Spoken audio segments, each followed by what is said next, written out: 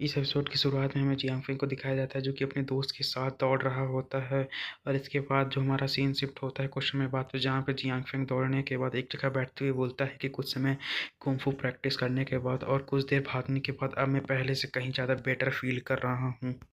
इसके बाद हमें जियांग फेंग को दिखाया जाता है जो कि जैसे ही बैठता है तो उसकी नज़र किसी बंदे को पे पड़ती है जो कि कुंग फू की प्रैक्टिस कर रहा होता है, जिसे देखकर जो जियांग फेंग होता है वो अपने मन में सोचता है कि जो बोलता है कि ये ओल्ड मैन जिस मार्शल आर्ट की प्रैक्टिस करता है वो सच में बहुत ज़्यादा अच्छी है, क्योंकि कोई आश्चर्य की बात नहीं है कि ये बंदा इतना ज़्यादा ओल्ड हो चुका है फिर भी इसके पास बहुत ही ज़्यादा स्ट्रेंथ है। हालांकि ये मार्शल आर्ट इमोर्टल वर्ल्ड की मार्शल आर्ट से कुछ अलग है, लेकिन ये इनह्यूमंस के लिए बहुत ही सही मार्शल आर्ट है। इसके बाद जो जियांग फेंग होता है अपने मन में सोचता है कि ये जो रेनफोर्समेंट स्टाइल है ये इन्फेक्शन को फैलने में रोकने में हेल्प करती है, और लेकिन ये फिर भी इतनी ज़्यादा कारगर नहीं है। इसके बाद जो जियांग फेंग होता है वहाँ से जाते हुए बोलता है कि सबकी अपनी अपनी ज़िंदगी होती है, और फिर वह बोलता है लेकिन इससे पहले मुझे अपने स्कूल जाना चाहिए।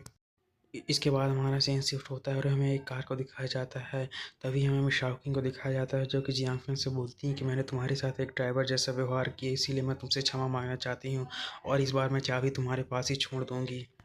जो सुनकर जो जियांग फेंग होता है मैं शॉकिंग से बोलता है कि कोई बात नहीं, कि आपने वैसे भी मुझे अपनी कार में एक राइड दी है।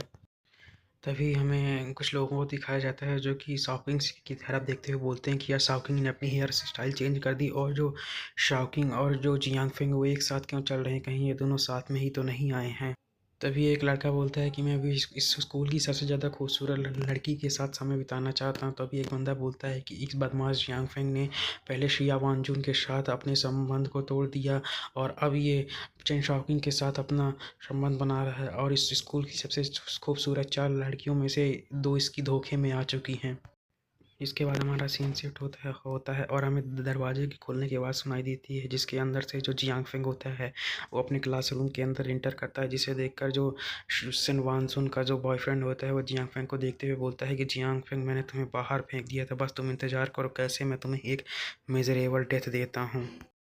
इधर हमें जियांग फेंग को दिखाया जाता है जो कि सर पकड़ते हुए बोलता है कि मैं तो भूल ही गया था कि जो हमारा फाइनल एग्जाम है वो लगभग आ ही गया है। मैंने 500 साल पहले ये पढ़ाई की थी, लेकिन क्या मैं अभी भी इसे जारी रख सकता हूँ। तभी हमें जियांग फेंग को दिखाया जाता है जो कि अचानक से खुश हो जाता है और बोलता है कि मेरे पास इतनी सारी शक्तिशाली पावरफुल मार्शल आर्ट हैं और मैं इस छोटी सी चीज़ के बारे में क्यों चिंता कर रहा हूँ। इसके बाद जो जियांग फेंग होता है अपने कॉन्शियस ऑफ माइंड के अंदर आ जाता है, जहाँ पे उसे बहुत सारी बुक्स दिखाई देती हैं, तभी जिनमें से एक बुक को देखते हुए जो जियांग फेंग होता है बोलता है कि आखिर ये क्या चीज़ है। और इस बुक का नाम विजुअल मेमोरी होता है, जिसे देखकर जो जियांग फेंग होता है खुश होते हुए बोलता है कि ये तो मेरे लिए पीस ऑफ केक के बराबर है, जैसा कि मैंने एक्सपेक्ट किया था। इसके बाद जो जियांग फेंग होता है उस बुक की टेक्निक को सीखने लगता है।